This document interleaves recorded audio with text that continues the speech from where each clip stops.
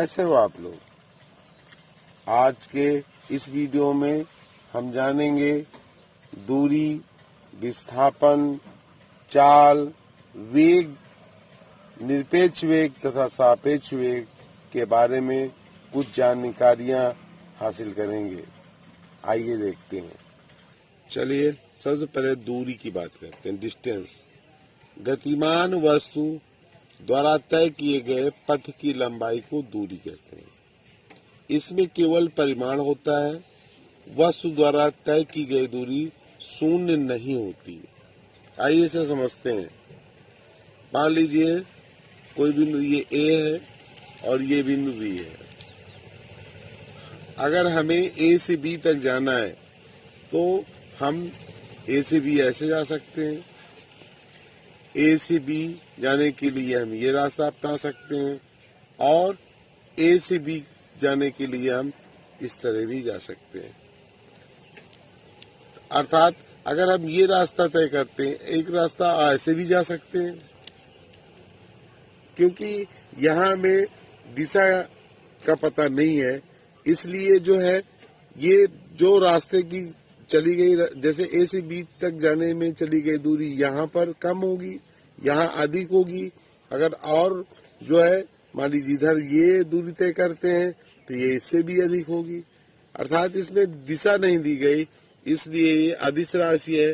तो दूरी एक अदिश राशि है। चलिए अब विस्थापन के बारे में जानते हैं, जिसे डिस्प्लेसमेंट बोलते हैं। गतिमान वस्तु की अंतिम एवं प्रारंभिक स्थितियों के बीच की दूरी, जो बीच की दूरी होती है, उसको विस्थापन कहते हैं। इसमें परिमाण व दिशा दोनों होते हैं। वस्तु द्वारा तय किया गया विस्थापन शून्य भी हो सकता है। अतः ये कैसी राशि है? ये सदिश राशि है। आइए इसको एक उदाहरण से समझते हैं। मान लीजिए एक व्यक्ति पहले A से B पूर्व दिशा में 3 किलोमीटर की दूरी तय करता है। फिर इसके बाद उत्तर दिशा में 4 किलोमीटर की दूरी तय करता है। तो मान लीजिए C तक जाता है, जो BC 4 किलोमीटर है। तो यदि हम दूरी ज्ञात करते हैं, चली गई दूरी, तो AB प्लस BC हो जाएगी। अर्थात इसको लिख सकते हैं 3 धन 4 7 किलोमीटर हो जाएगी। लेकिन यदि विस्थापन ज्ञात करेंगे तो विस्थापन की परिभाषा के मान लीजिए 90 डिग्री का कोण बन रहा है, तो जो विस्थापन हो जाएगा, विस्थापन है प्रारंभिक और अंतिम जो स्थित है उनके बीच की न्यूनतम दूरी, इसी को विस्थापन करते हैं। अर्थात यहाँ पर विस्थापन को हम AC दिखा देंगे। तो इसको ज्ञात करेंगे तो ये हो जाएगा AC, यानी कि अगर ये समकोण त्रिभुज बन रहा है तो इसका कर्ण है, तो AC यहाँ पर हो जाएगा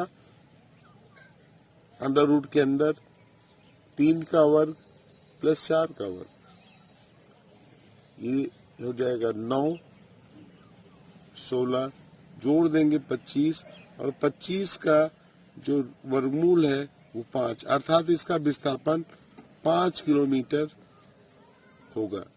तो इस तरह दूरी और विस्थापन में मेन जो अंतर है, दूरी में जो है दिशा नहीं ज्ञात होती है, जबकि विस्थापन में हमें परिमाण व दिशा दोनों ज्ञात होता है। विस्थापन कैसे शून्य हो जाता है, एक उदाहरण द्वारा इसे समझ सकते हैं।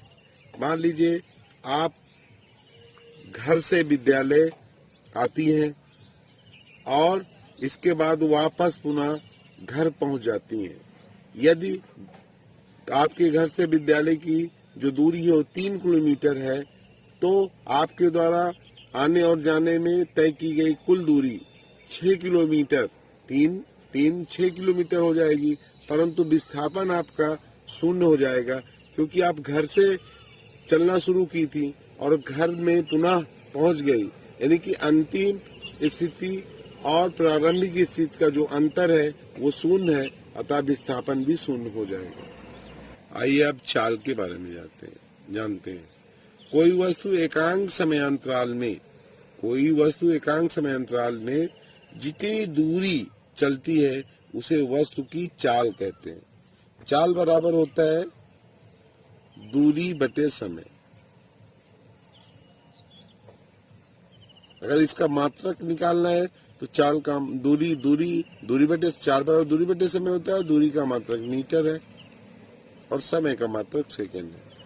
तो अर्थात इसका जो है मात्रक जो एमकेएस पद्धति की एसआई प्रणाली है उसमें मीटर प्रति सेकंड होगा। चाल के प्रकार।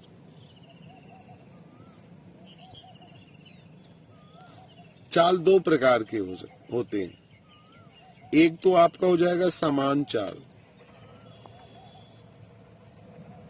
समान चाल यानी कि हम इसको बोलते हैं यूनिफॉर्म स्पीड। और दूसरा हो जाएगा असमान चाल।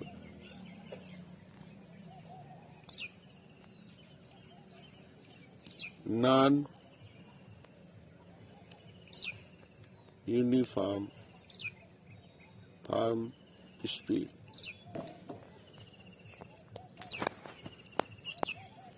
आइए इसको समझते हैं। समान चाल तथा असमान चाल में क्या अंतर है? यदि वस्तु बराबर समय अगर वस्तु जो है बराबर समयांतरालों में बराबर दूरी तय करती है तो उसकी चाल समान होती है, परंतु यदि वो बराबर समयांतरालों में भिन्न भिन्न दूरियां तय करती है तब जो है चाल असमान कहलाती है।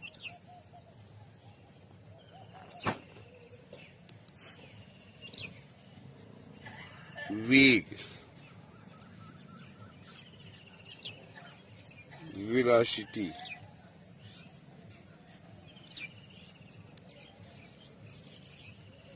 वेग से क्या तात्पर्य है? कोई वस्तु एकांक समयांतराल में जितनी विस्थापित होती है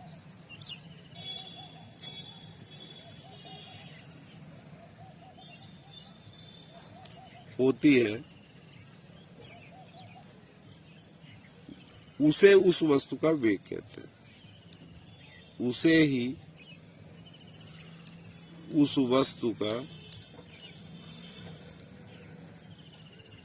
वेग कहते हैं। तो वेग बराबर क्या हो जाएगा? विस्थापन बटे समयांतराल।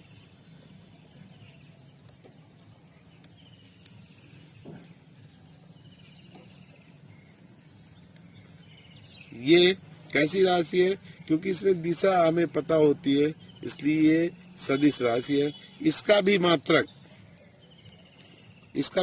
यहाँ से आन सकते हैं। इसका मात्रक विस्थापन किसमें व्यक्त करते हैं? मीटर में, और समय को सेकंड में। तो अर्थात इसका भी मात्रक जो एसआई प्रणाली है उसमें मीटर प्रति सेकंड ही होता है। चलिए अब हम सापेक्ष वेग तथा निरपेक्ष वेग के बारे में जानते हैं। ये दो वस्तुएं एक ही समय में भिन्न भिन्न वेग से गतिमान है तो एक वेग के सापेक्ष दूसरी वस्तु के वेग को सापेक्ष वेग कहते हैं। यदि एक वस्तु स्थिर तथा दूसरी चल रही हो तो दूसरी का वेग निरपेक्ष वेग कहलाता है।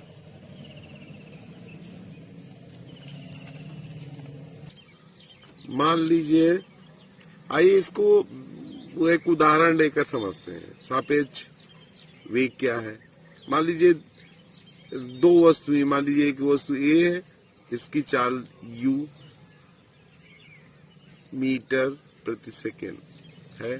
दूसरी वस्तु b है, इसकी चाल v मीटर प्रति सेकेंड है। एक दूसरे के समांतर चल रही है। तो यदि इनकी दिशा एक ही हो, चलने की दिशा एक ही ओर है, तो सापेक्ष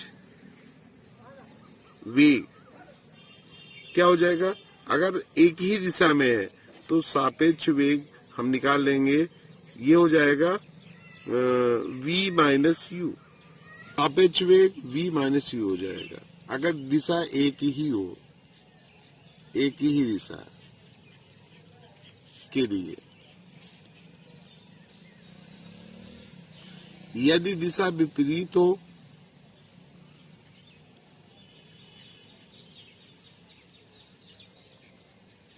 सापेक्ष वेग,